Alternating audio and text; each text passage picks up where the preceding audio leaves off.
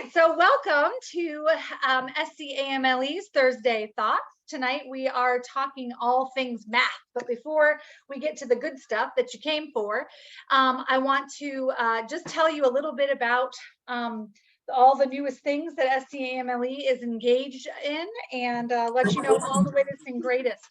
I should have invited you. Remember, please, that for all the latest news, information, updates, everything you ever wanted to know and more about SCAMLE, that you definitely should check out scamle.org. Lots of plentiful information there. We also have plenty of new resources out there for you. Lots of stuff over the summer that I was able to curate and put together for you. So hopefully you find some of those items useful on the website. In addition, remember that we are thanking them for their sponsorship. SCAMLE sponsors these Thursday Thoughts evenings, and make sure that we are providing the content when you need it, what you need, where you need it. So we hope that this power hour of talking shop is helpful to you from 6 to 7, and I promise we'll get you out of here by 7 o'clock. Back to Netflix or whatever you're doing, because I want this is a power hour, right? And so we're going to hit all the highlights pretty quickly. Let's see. In addition, we do have in production the new season 2 of SCAMLE's exclusive podcast, Explore Ed, and so I've got some big names on there, which is super exciting. So I'm excited to drop those here very, very soon. So let's get down to the really cool stuff, the nitty gritty here. So my name is Sarah Evanson Atkinson, and I do serve as the Professional Learning Director for SCAMLE. I am an instructional coach in my real life, a teacher, a mom, a sister, a daughter. I do all the things, right? Just like you guys do all the things. And so these evenings really are intended to be sort of this amazing power hour. So and we want you to ask questions. If you have questions, we want you to chime in with things you're thinking about into the chat as we go. I'll be manning the chat tonight. And we do have a special guest, which I'm very excited about, but I will be manning the chat the whole entire night. So please be sure to drop in thoughts, comments, etc. Dr. David McDonald serves as our SCAMLE's executive director. Normally he does jump on the call, so he'll be on here, I presume, a little bit later. I know he's working tonight late at the office, but he very often joins us on the call. So today's work is an exercise in reflection and thinking. So we said it's a power hour. We cover a considerable amount of ground during these Thursday Thoughts webinars. And your job in all of this, by the way, is just to think and reflect deeply. That's it. So if you leave here with one cool strategy in your back pocket and one nugget to think about later on, I'm happy, I'm pleased, we're delighted, because right now, at the end of the day, it is very likely that you are at saturation. There's not another professional development thing that I could give you that you would be like, oh, thank heavens I got that. That's very unlikely. And I know that, and we all know that on the team. So some of these are a slow burn. Some of these things I'm going to talk about, you're going to go, no, duh, doesn't everybody know that? And remember that no, the answer to your question is no, not everybody knows those things, number one. And number two, some of these things really are a slow burn. And so the thought process and the intent here is that you are in a position where you're reflecting and thinking and trying to figure out how maybe you could adapt one or two of these things to your own practice. So we said that tonight's discussion involves mathematics best practice. So best practice in the classroom for mathematicians, young mathematicians, right? Adolescent mathematicians.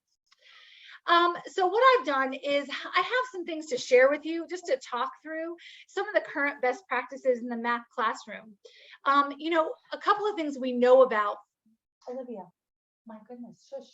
My daughter is playing over here and it's getting rowdy. The Barbies are getting, you know, very uneasy. Nevertheless, okay. So we know a couple of things. We know that mathematics instruction works best when we use a paper and a pencil. We know that mathematics instruction works best when the teacher is an exquisite model of a variety of strategies, problem-solving strategies. And then we also know that mathematics works best when students are allowed to talk to one another, to process through the learning, and try to struggle for themselves. A couple of years ago, actually right around, to be honest with you, right before COVID hit, My own personal school that I serve was going through a bit of a transition and was really struggling with this move from the sort of what you think of in the traditional mathematics classroom, same classroom I think about, do the odd problems for homework, we'll go over the even problems in the classroom. Going from that model, right? I do, then you do, then we give you a test. There's no we do, just I give you a test. That's the old model, right? But so our school was anyway going from that model to a more modern model that involved student collaboration, that involved supports from a variety of different places, including now we use the Carnegie book collection and that in our school district. And so with Carnegie comes Mathia, which is just an online support program for math, but I could put in the place of Mathia, I could put iReady, I could put you can handle it. I could put iReady, I could put whatever other insert online program here. And so we were moving and we had to incorporate all those pieces together. And some teachers did that more organically than others. And some teachers had more struggles with that than others. And so what we ended up doing was we sat down together and we said, so if we could write the script, what would an ideal mathematics classroom look like? And if we could put it on one document, what would it look like? And this is the document that was born out of that work from a number of math teachers around the table saying, here's what's really important to us. So we created this mathematics lab framework for our school. And so this is kind of like, this is it. If you're teaching math at our school, you're signing off that you're going to do this thing. You're doing this framework every single day. And so one of the things the teachers said, and I'm just going to run through this, I'm not going to read it all to you, but I'm going to run through it because I think it is important. One of the things that our teachers were really uncomfortable with was the current math mindset of the students. I went through I went into the gym one morning during holding. You got to love holding in the morning in the gym. You know, it's like, there's nothing like, you know, fresh deodorant mixed with God knows what else smells. And so, and I went around and I just asked the kids, I said, tell me about math. What do you think about your math class? What do you think about your math class? Tell me about that. And the kids, and I just wrote down their quotes, and it went everything from, I love my teacher, I hate math, I love math class because it's super fun. I'm not as smart as the kids who do well in math class, but I try really hard. My teacher never calls on me. My teacher only calls on me. Like the litany was so riveting because we were all over the map. Our math mindset was nowhere near 100% or 80% positive. And we wanted that for the students. We wanted them to have a positive math mindset that was focused on growth, and we wanted them to be independent learners, but they didn't want to take risks. They weren't really hot on math. And frankly, they said things like, well, in elementary school, my teacher really didn't like math either. And so that was it. And so one of the things that we really spent a lot of time on was talking about how to build and how to take care of, how to nurture a positive math mindset. And so we said, if we're intentional about it and we set out to do it and we hold each other accountable, then we can make strides in an area. And so math mindset was an area that was really important to us. Now, I also mentioned that we in our district, and I work in Greenville, we use the Carnegie collection of materials. So Carnegie and Mathia kind of go together. But basically what we said here was Carnegie is important, books are important, Mathia is important. Again, you can insert whatever book or online program that you use. We said those things are important. However, they're not the be all end all. And so sometimes we have to bring our students back into the math and have them working on pencil and paper. And sometimes we have to go off script if it means meeting the needs of all of our students. Sometimes we have to offer an alternative to our students because in our book, there was a ton of text. It's a very heavy text. And so some of our students really struggled with that. Now, probably the linchpin in all of this, before we even talk at all about collaboration, was we agreed to a uniform lesson format because we said that every lesson has to have 4 things in the lesson, has to have 4 things. We have to have an interesting launch for all learners to engage their curiosity that either addresses missing skills or poses relevant questions related to the current material. Has to. So there was no more of this basic skill kind of like, addition, subtraction review, no. The launch had to be applicable to either the requisite skills for what we were teaching, or it had to pose relevant questions that pique students' curiosity. Then we also, so we started off with that, and our launch should be short and relevant. Then we said we should move on to our mini lesson. And we said that our mini lesson shouldn't extend past 15 minutes no matter what. Now, for some of my teachers, that was a stretch because they wanted to talk longer and they wanted to show more examples and they wanted to support the kids more. That was what they were thinking.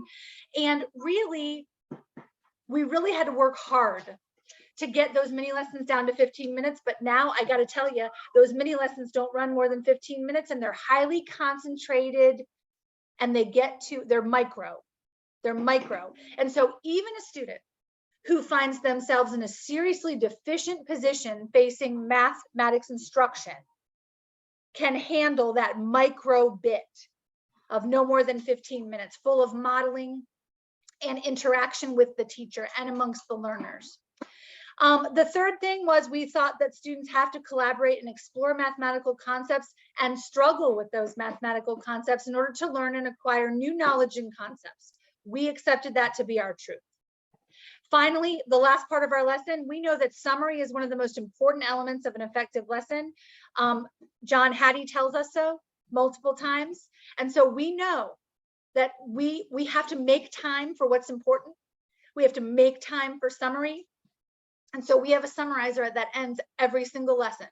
And now that those lessons are super micro, our summarizers fall together organically because we're checking for student understanding in a somewhat formative way. Pretty great. Finally, the last part of our classroom that we really wanted to focus on was collaboration. And we support, and it says here, we support the notion that student mathematicians have to collaborate using the language of the discipline. We know that our students have to talk to each other. They have to collaborate using common language, using the language of the discipline, using the stems that we give them, the sentence stems, to talk about the math. If they don't struggle with it and they don't really interact with the math, nothing's going to happen. Nothing's going to happen. They're going to wait for you to rescue them. And then we go and rescue. And then what happens? We don't ever learn because we're so busy rescuing, the students never have to learn it for themselves. And so in order to build agency, we want to be sure that we give them an opportunity to really work with the math. Okay, so again, I talked about lesson plan, and in a minute, I'm going to drop into the chat what you all have very much have been patiently waiting for is, let's see here, this should be it. Yep. Okay, so here's the Google folder for tonight, full of really cool stuff to support my my mathematics instructors, but there's a lot of cool stuff in there, and I definitely want you to take a look and see what's in there. I put a lot of stuff in there that you can go ahead and use today. Now, when we're in the math classroom, we don't often think about, we sometimes don't think about depth of knowledge because so hello, it's no surprise. Like, I'm an ELA teacher. I'm not a math teacher by trade. So for me, when someone says, well, what are the DOK levels in the mathematics classroom? And I go, well, I don't know, it's all hard. Is it all DOK level 4? Like, I'm miffed by all of it, and no, that's not true. TJ's already laughing at me, but not true, right? So we can teach our students how to think deeply in the mathematics classroom. We can teach our students critical thinking skills using the math. I know you're shocked. I know you're like shocked, but here's the thing. So if we really commit to really thinking about depth of knowledge and really paying close attention to our questioning and how we question the students and when we question the students, we don't have to ask a million questions. We really only have to ask one or two really great ones to get the information that we seek. So I put some DOK stuff in there that I think is really great. I also dropped in for you a whole stack of these really amazing math discourse cards. Now, if you have never seen these before, or if you've never looked at them before, they are, as my grandma used to say, the bee's knees. So these math discourse cards help you to sort the students if you need to sort them. They help you to sort and organize a series of conversations for students, and I drop those And I dropped those right into the folder for you. So please be sure, yeah, I dropped those right into the folder for you. I think I want to say there's like 96 cards, but the really cool thing is that each set of cards, the green, blue, purple, and red, are appropriate for the different parts of the lesson.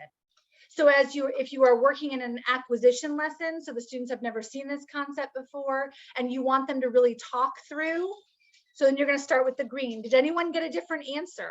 The students then will begin to build their own mathematics discourse in their small group. It really is amazing.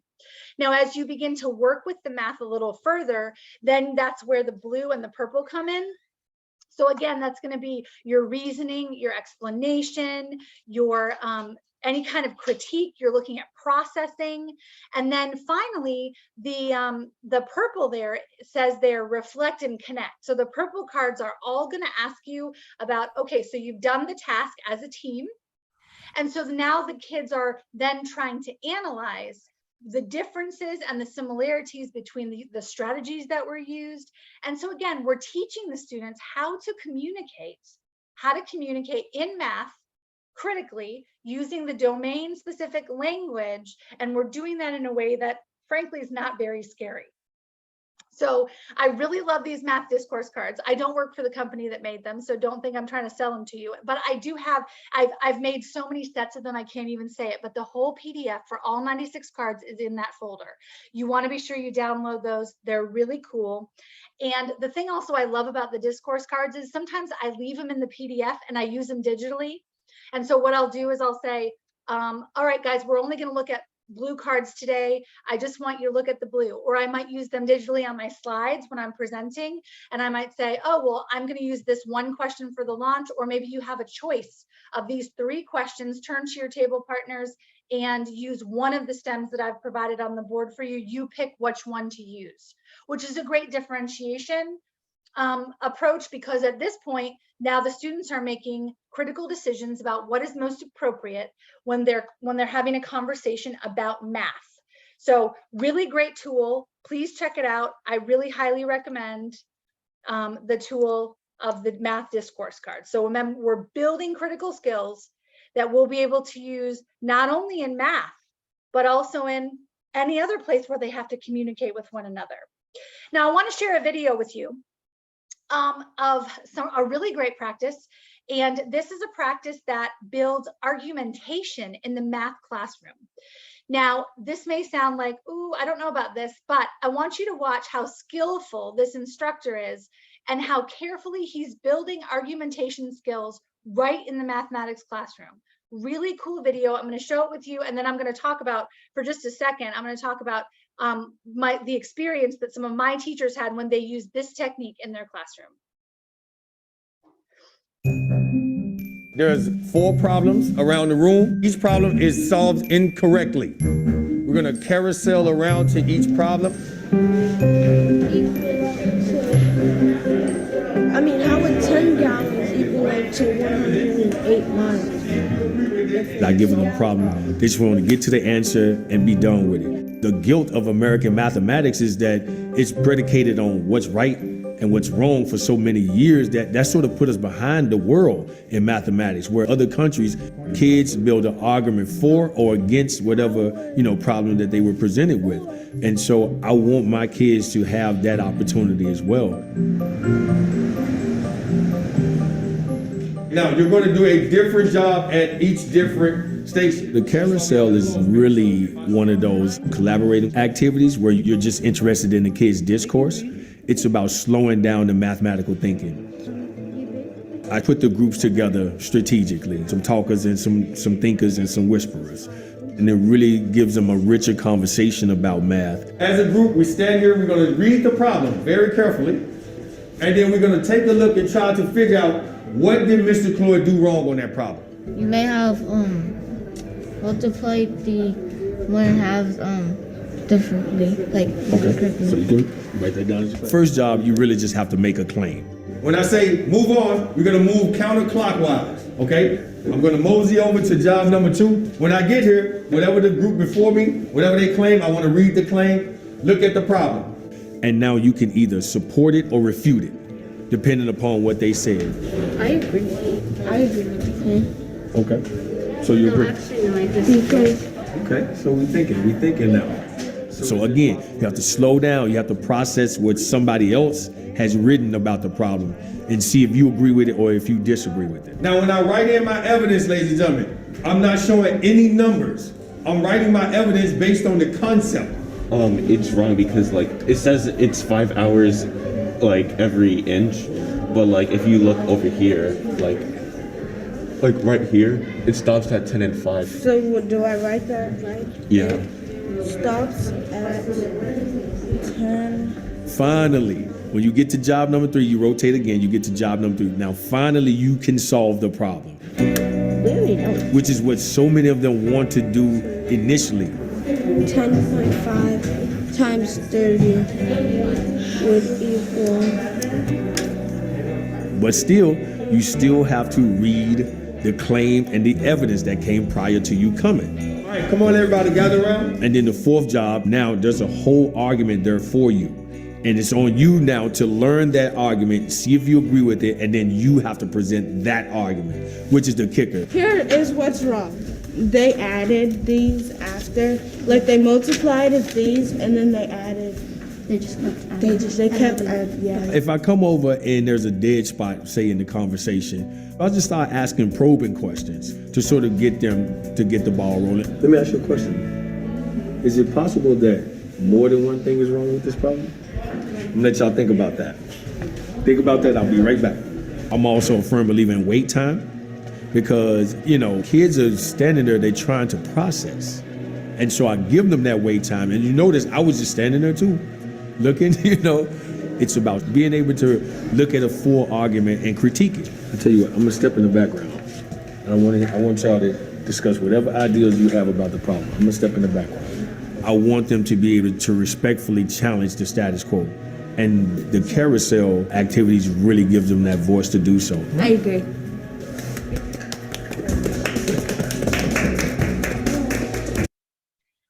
All right, so I adore that strategy for so many reasons. Now, when my teachers, many of them thought, oh, well, Sarah, how hard could it be? I want them to build a claim. I want them to give some evidence, and I want them to offer their reasoning.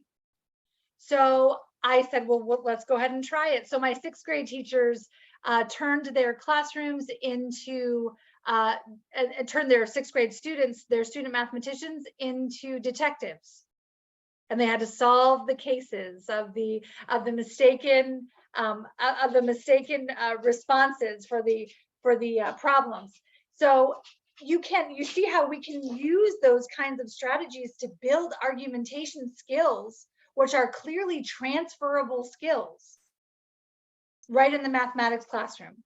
All right, so let's go ahead and do some collection here. Drop it in the chat. What's something you do to build communication and thinking skills in the math classroom? Let's go ahead and gather up what you have here. And if you feel comfortable enough, you're welcome to go ahead and unmute and bring your idea forward too. What's something you do to build communication and thinking skills in the math classroom?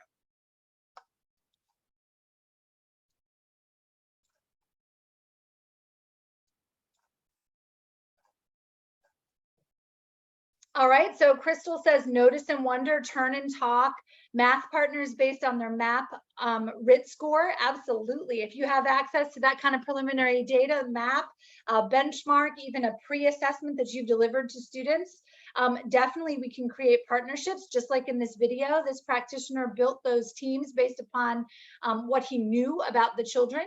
Right? What he knew about the learners in terms of their personalities, but I'm sure there was also some consideration on ability and skill, absolutely. When students complete tickets in and out the door, I'll have students who have the correct answer explain or teach it to a student who needs help. Love that. Whenever we can offer an opportunity for students to mentor one another in the math classroom, that's hugely empowering for students who ordinarily may not have that opportunity. Lori says, I don't teach math, but as an ELA teacher, I'd love to do something like this with my math teachers. How fun, absolutely. I mean, we play around all the time. Think about cross-curricular work that we do with it to support our teammates. sometimes we have limited thinking. We limit our thinking around math because we think like, oh, whatever is the next unit, it must be about equations, expressions, and that's it. Like, that's it. We have we limit our thinking, but the reality is that we are teaching transferable skills in the mathematics classroom. And so if the ELA teacher can talk about argumentation and can talk about the skills of argumentation, how to create a claim, how to provide evidence, how to support that evidence with reasoning, then we can introduce that into the mathematics classroom as well. And you're building this amazing, amazing literacy underpin for the numeracy that naturally sort of exists in a mathematics classroom. Very, very cool. All right, you guys slow down on the chat on me. What else we got? I got tickets in and out the door. Students who had the correct answer explain, teach to another student. I got that, right? Turn and talk, notice and wonder. Yes, definitely. So I want you to take away from this section before I turn it over to TJ here. I want you to take away from this section that, a lot of times we look at ELA and we look at math and we say, well, goodness gracious, you guys are tested. And so that must be like really stressful. Like your colleagues kind of look at you and go, well, I don't do what they do in an ELA classroom. I don't do what they do in a mathematics classroom. But here's the thing. We are doing all of the things, critical thinking, argumentation, communication, community building. We're doing all of that in every classroom. We're doing that in school if we're doing school right. So Ms. Glover says error analysis, but the teacher is the one who makes the error. Yes, I love it. And I got to tell you a quick story before I turn this over to TJ. So last year I get a phone call from a parent. He's frantic, this dad. And so I returned the phone call. I don't know how I got lucky. I got picked. And so he calls me and he says, I think there's something really wrong with my child's math teacher. And I said, oh my goodness, why? What's going on? He goes, there's something really wrong with her. I think, Sarah, we gotta do something about this. And I said, well, you gotta give me details. And so he proceeds to explain how while the teacher was teaching the lesson, she didn't seem to know any answers at all to any of the problems. And that his son was just terrified that his math teacher doesn't know answers to anything. And I said, well, sir, that's a technique. She was trying to get the students to answer the question and not ask for the answer from her. And this father was miffed that he really did believe that this math teacher had no idea what the answers to the questions were. And I assured him that she did. I assured him she did. All right. So I'm so excited now to be able to turn it over. And please help me make tonight's guest, TJ Bargeron, feel welcome. I'm going to let him introduce himself. TJ, where do you work? What do you do? And how are you feeling tonight? What's going on? Yeah, so my name is TJ Bargeron, and I work at Rudolph Gordon with Ms. Schmatzer and Ms. Shady, who's also on here tonight. And so I'm pretty nervous. This is not something I enjoy doing. So here we are out of my comfort zone, hanging out with you all. So I appreciate y'all being here. And hey, I'm so excited you're here. That's awesome. And we're excited that you're nervous, by the way. We like nervous. I'm glad you do. I'm here for it. I'm here for it. That's awesome, TJ. Well, welcome aboard. So what do you got for us tonight? Yeah, so let me, it's been a while since I've done Zoom, so let me make sure I can do this still. I'm going to that's a good thing. share That's a good little thing. Don't jinx presentation. it, man. Don't jinx it. Yeah, I don't know. you're right. Yeah. So I teach 6th grade math. This is my 9th year teaching. I've also taught 7th grade math, and I've taught 1 year at high school. I taught 9th grade, 11th grade, and 12th grade all together. So that was exciting. But one thing I've noticed just being a math teacher is, and especially in the middle school and 6th grade, it's often very hard to keep students engaged with math. A lot of them come in with the mindset, like you talked earlier, math just isn't what they like. They don't enjoy it. They've had bad experiences with it in the past. And so just trying to find ways to keep them engaged, allow them to find that math is fun, that you can have fun with it. And that, there's more than one way to solve things, and there's more than one way to think about things. So what I wanted to talk about tonight were 3 things that I have done in the past to kind of help my students stay engaged and try to find that love for math, try to have fun with math. So one of the first things is 2 years ago, I started what I call Challenge of the Week. And so this is where I will post one question for the whole class, and it stays up Monday, Tuesday, Wednesday, and Thursday. Sometimes students work on it individually. If I have them in groups for that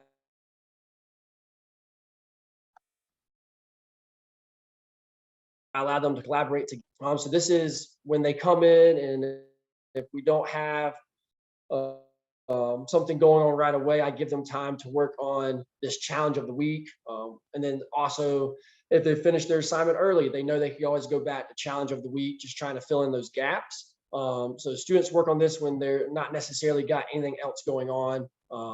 And so what they have to do is they have to submit their answers by the end of the day on Thursday. And that's usually just a little box I have in my room. They drop it in there, they put their names on it. And that gives me a chance to look over it Thursday night and kind of pick the ones that are interesting. A lot of times I won't get the correct answer, but I also make them explain like their reasoning. And so we can kind of talk about Friday mornings, here's some things that we saw, and here's the path that we were on. If students do get it correct, we kind of celebrate that because they are challenges. It's an extension of what we've done in the past or what we're about to do. And so students really enjoy it. The different types of challenges that we do, brain teasers, logic puzzles, riddles, course content, so an extension of what may be coming soon. And then also sometimes we throw in some spiral review with it. And then so why it works, why the students enjoy it. Let me move this over. I can't see my screen. Here we go. So students love it. They're highly engaged. I try to make the problems like something that they're interested in. And then, it really activates the learning, particularly when they first see it Monday, when they first come in and students are still walking in, they're all talking about it.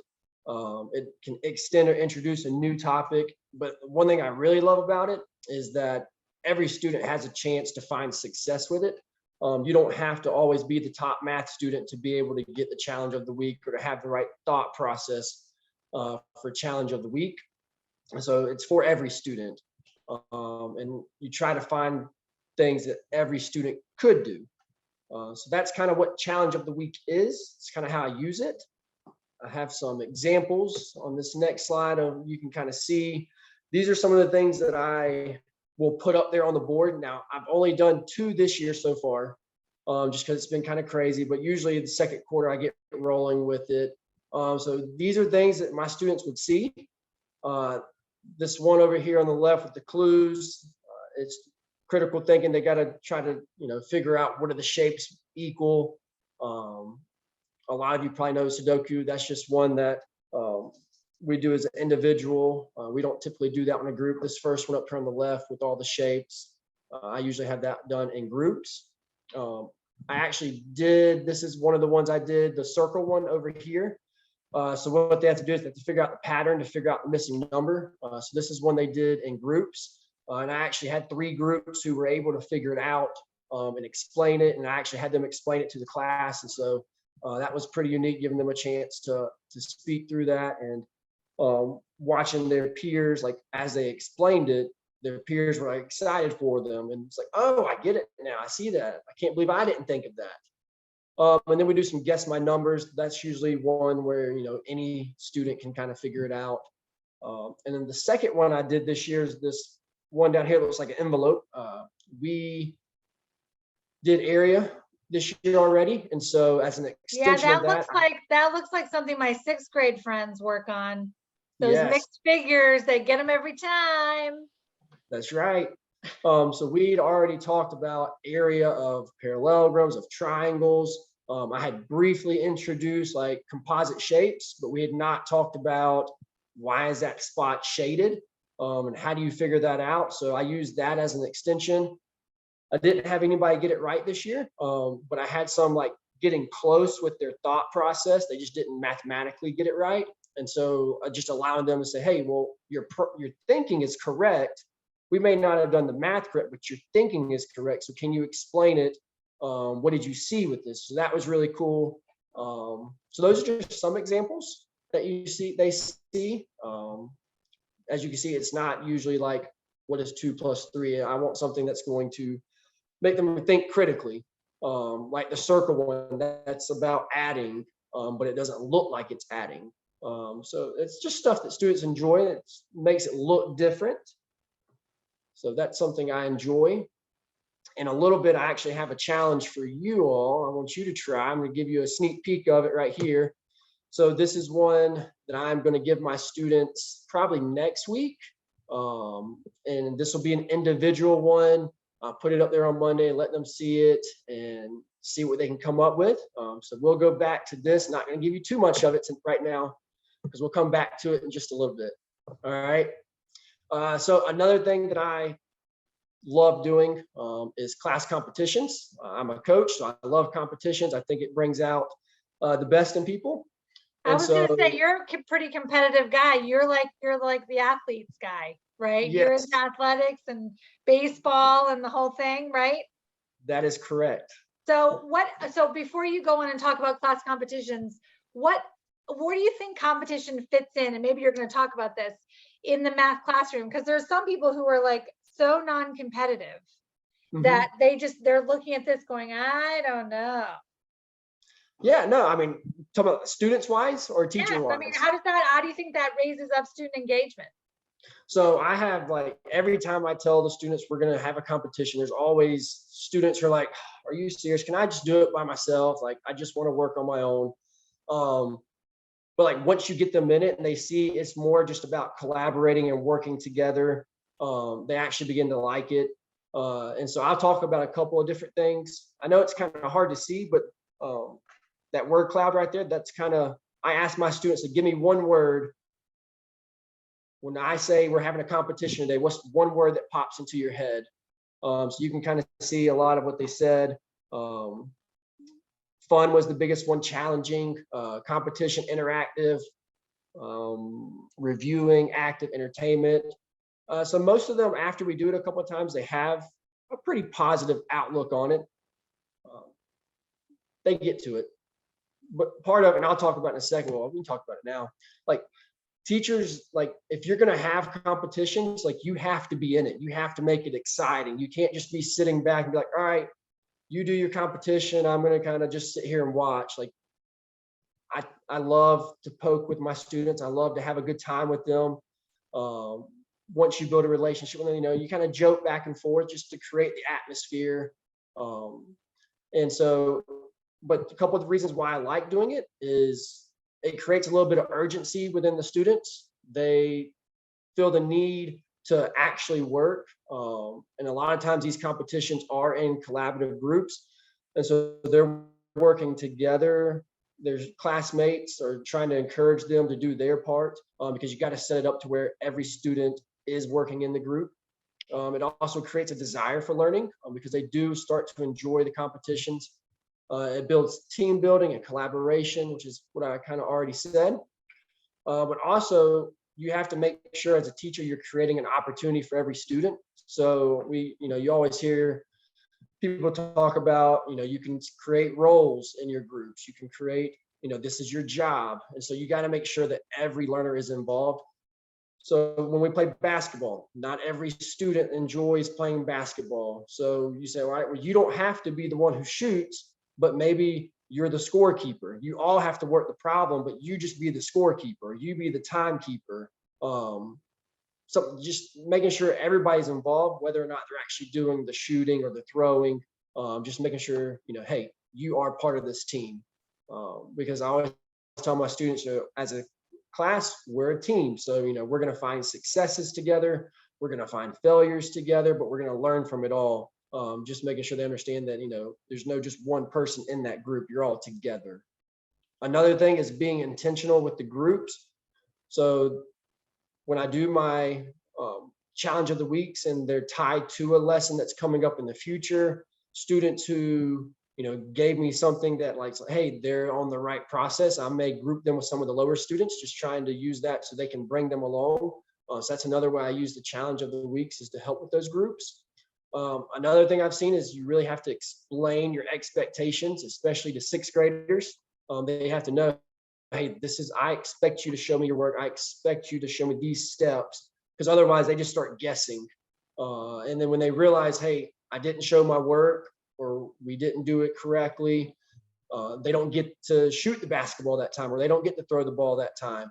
So they start to learn, hey, well, we got to follow the steps. We got to do this. We got to do that. And then the video kind of talked about this, and this is one thing I've had to learn, is to allow that space for learning. So when groups do get it wrong, don't jump right in to save them, quote unquote, save them. Allow them to struggle through it. So you could go over here and say, hey, here's some things you could think about.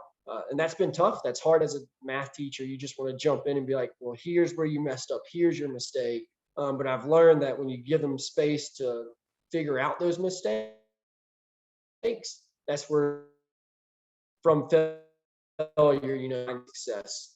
You may not get through as many problems as you would like to. You may not get through 15 problems like you wanted to. You may get through 7, but you find that those 7 are more beneficial with you slowing down and giving them that chance to learn from their mistakes. And then lastly, like I said, you got to have fun. You got to be involved. You got to have a good time, because if the teacher's not having a good time with it, of course, the students, they're not going to have a good time with it either. And down here, just these are some of my class favorites. They love basketball, splat ball. I don't even know if that's the name of it, but we have the suction ball, and you put a target on the wall and they just throw it to get their points. They love Jeopardy, when we split into groups and do Jeopardy. We've done relays in the past. We did a digital escape the other day that they loved. And then Miss Shady, who's on here, she came up with the Math Olympics. And so we've done that in the past, and that's something that they love as well. So that's kind of our class competition. And then the last thing I want to talk about, and I'm going to give you a chance to kind of jump in here, is just something I use in the classroom. It's called Jamboard. So this is how I give my notes and do almost all of my lessons. It's like a digital whiteboard, but there's a lot you can do with it. It's also basic, so it's not overwhelming with all these things. And you can kind of see 2 pictures. And so in my classroom, Jamboard, I use it as a digital whiteboard. You can post notes to Google Classroom. The thing I love about it, I have an iPad from the Media Center, and so I can walk around the room writing my notes, going over examples, and it shows right up on the Jamboard, which shows up on my screen, which also shows up immediately on students' Chromebooks if they have them up and have the notes open. So it's in real time, they see it live. It's very accessible. So when we did have e-learning, students could see notes. If students are out, I've actually had students join the Jamboard during class time so they could watch the notes live. So that's been really good. But we also use it as collaboration. And so what I mean by that is, you can do group work in it. You can do brainstorming, graphic organizers, stations. There's a lot other things you can do. Those are the ways that we kind of use it. And then for math teachers, this was something I learned this year. Not even sure if I say it right. Equatio, maybe, I don't know. But I found this because as a math teacher, it is so hard to insert equations into anything. It's like the equation editors, they don't work really well. And so I found this summer. I don't remember how I came across it, but it's free for teachers. And so you can actually speak an equation and it types it in for you. You can draw it. It turns it into, actual letters for you. You can write it and it turns it into for you. I linked, if you were to click on this right here, there's a link and it kind of shows you some how-to stuff on it. It's great. I love it. I've already used it a ton of times to use it to insert equations and other things into my Jamboards. So here's some ideas that teachers can do. Obviously we use Google Classroom, so all of our notes are always in Google Classroom. Our Jamboards go right to them. You can insert all kind of files, polls. You can be about viewing it in real time, put assignments there. And then also the part that try to use a little bit more is what the students can do with it. So they can make notes, they can create charts, diagrams, they can do collaboration, they can brainstorm together. And that's kind of what I'm going to show you next. Get to. So this is a Jamboard. This is what it looks like for the students. You can kind of see some of the stuff over here on the side that you can look at the link. But what I would love for you to do is if we can share that link in the chat, if y'all could go to that link, and it's going to bring you to this Jamboard.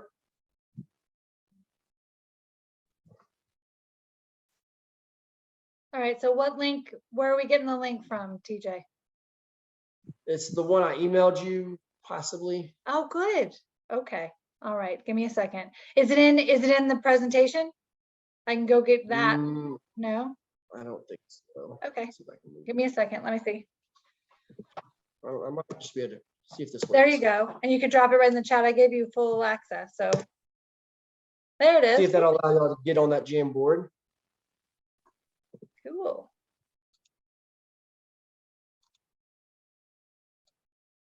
Let's see. There we go. Is it in the chat now for everybody?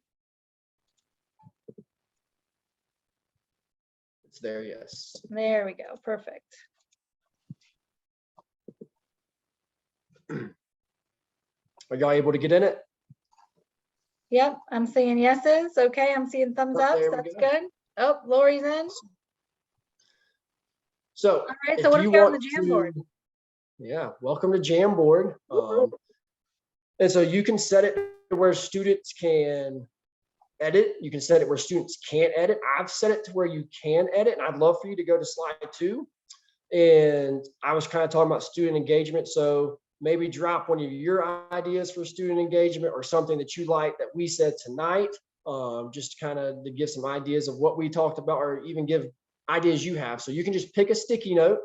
Those are sticky notes. You just pick whichever one and click in it, and you can start typing your responses. Cool. And while people are doing that, as you're typing into the Jamboard, and by the way, I love Jamboard for collaboration because the kids, it's so funny because you'll hear them from across the room go, wait, that one's mine. Wait, that one's mine, which I totally adore. I love that. But if you want to go ahead, if anybody has any questions for TJ, specific to like, hey, I'm teaching this unit and I'm just not sure what to do, or I want to spice up this other unit that I'm working on, I know he would be willing to take your questions. So you can go ahead and unmute, and if you have any questions, or if you want to drop them, if you don't feel more comfortable in the chat, either way. But that way you can kind of do two things at once if anybody has any questions for TJ. Yeah. And then after you do that, if you would like to slide over to slide 3 and give me your Oh best yeah, I answer forgot about the riddle for because I your was trying to figure challenge that out. Yeah, of the no, lesson. my brain was hurting.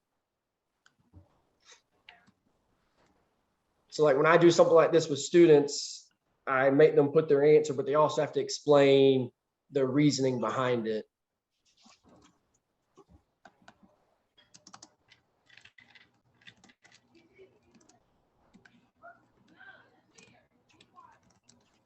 I don't know. I think those 3,612 answers, I think they're just copying each other. No, I'm I think so too. that's why what they I have to explain, right? that's what I would do, TJ. Mhm. Listen, I'm going with Y equals Y. Fair enough. At this time of night, I say yes. I say that's a go. Absolutely. You get a free go. I'm sorry, TJ, I had a question, and it's more about Jamboard. Okay, Yeah. like you said that you use your iPad and it appears on the whiteboard and could also simultaneously appear in Google Classroom. Now, I don't have an iPad, but I have a phone, a smartphone that comes with a pen, Yep. and I have the Jamboard app. So do I just Bluetooth it to sync it or whatever it is to my panel? But how do I connect it to their Google Classroom? So it's all done through Google. So if you pull it up, and it's posted in Google Classroom, you can use your phone. It automatically goes there. You don't have to do anything with Bluetooth or anything like that. It goes automatically. Okay, thank So you. so the joining thing is going to be the Jamboard. The thing that Yeah. joins all of the devices together is going to be the Jamboard. So so if you open the Jamboard, let's say on your computer and you're displaying it onto your panel, let's say. So then you open the Jamboard on your phone and you're manipulating the Jamboard on your phone. Then the students are also in the Jamboard on their one-to-one devices, and then they can go ahead and access the Jamboard too. So all of it hinges on the Jamboard. Pretty cool. Gotta love Google. Yes. Absolutely. Yeah, but I share, Crystal's, sort of idea that I love the fact that we can all be collaborating together and we can have proof that we collaborated. Because a lot of times learning happens and we collaborated, we did the thing, and then there's no proof that we ever did the thing. And so people say, well, no, you didn't. And no, I have proof I did the thing. And I always tell my students that when I come to them and there's no work and they're like, well, I did it in my head. I said, but if I take you to court and I find you accuse you of cheating, where is your evidence? I've got to have evidence proving me. Yes, I agree. And you said something a few minutes ago about just using everybody else's answers. And in my early days, I thought, well, that's cheating. You need to learn to. But sometimes those low kids that are on a first and second grade level, sometimes seeing one person's idea triggers something that makes them, I don't even care if they don't get the right answer, but if participating in a Jamboard and seeing my answer and seeing your answer causes them to take a minute and think, I'll take what I can get from some of those students. Yeah. Absolutely. Yeah, no, I totally agree. And if we can build their confidence, maybe they don't get this one right, but the next one they're willing to take a risk and try, and maybe they will get it right. For sure. For sure.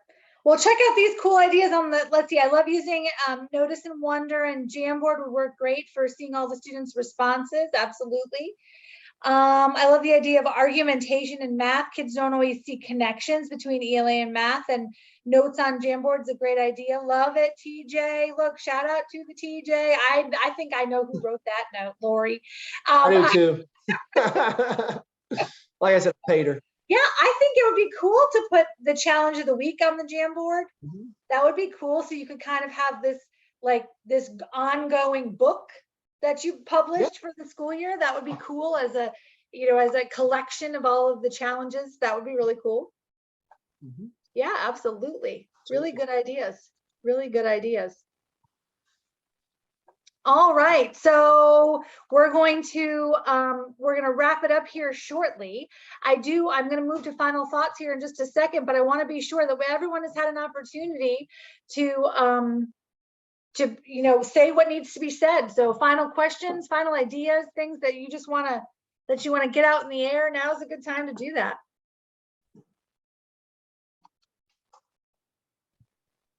Trying to do the wait time, y'all. I'm a good waiter. I tell them all the time, I'm a good waiter. I can wait. I just want to say, I think that TJ did a great job, and he should be the one doing the next Tuesday in the middle. No, thank you. I love how he says, no, thank you. That's brilliant. I nominate Laura.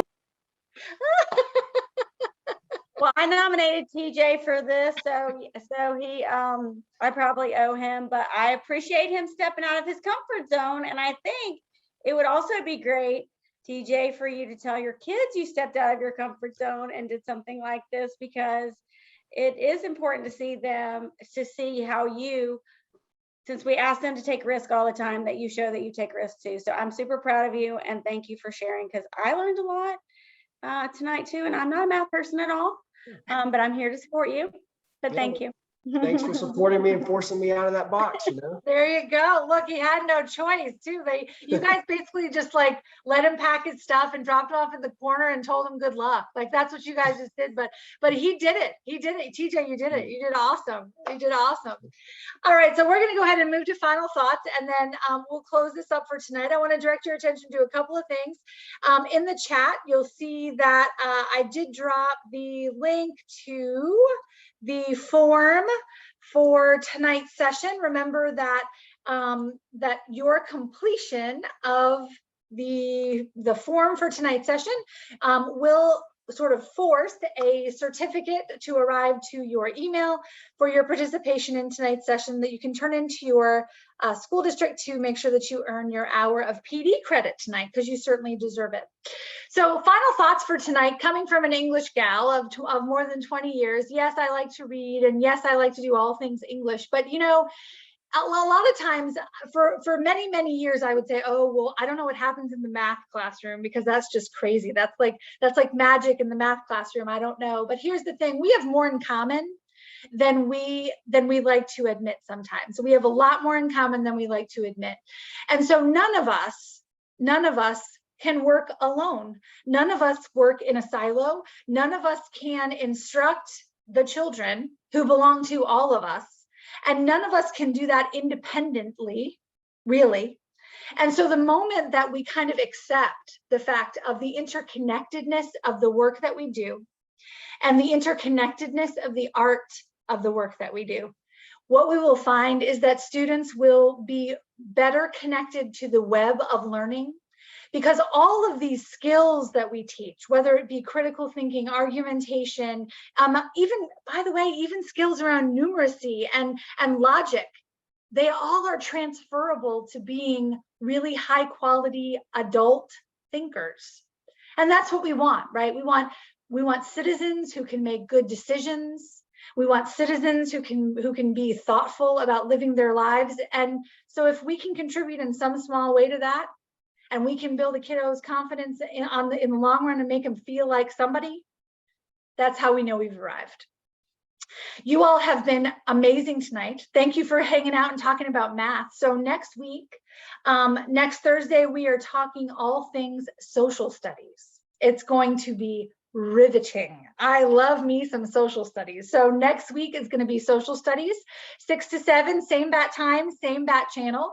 And I also do want to, of course, say thank you to SCAMLE for their continued support of these webinars on Thursday nights, Thursday Thoughts. And I encourage you to visit us on Facebook, Twitter, and the Instagram for all the latest, greatest. I'm busy on there all the time, you know, sharing a lot of really cool stuff, and also scamle.org.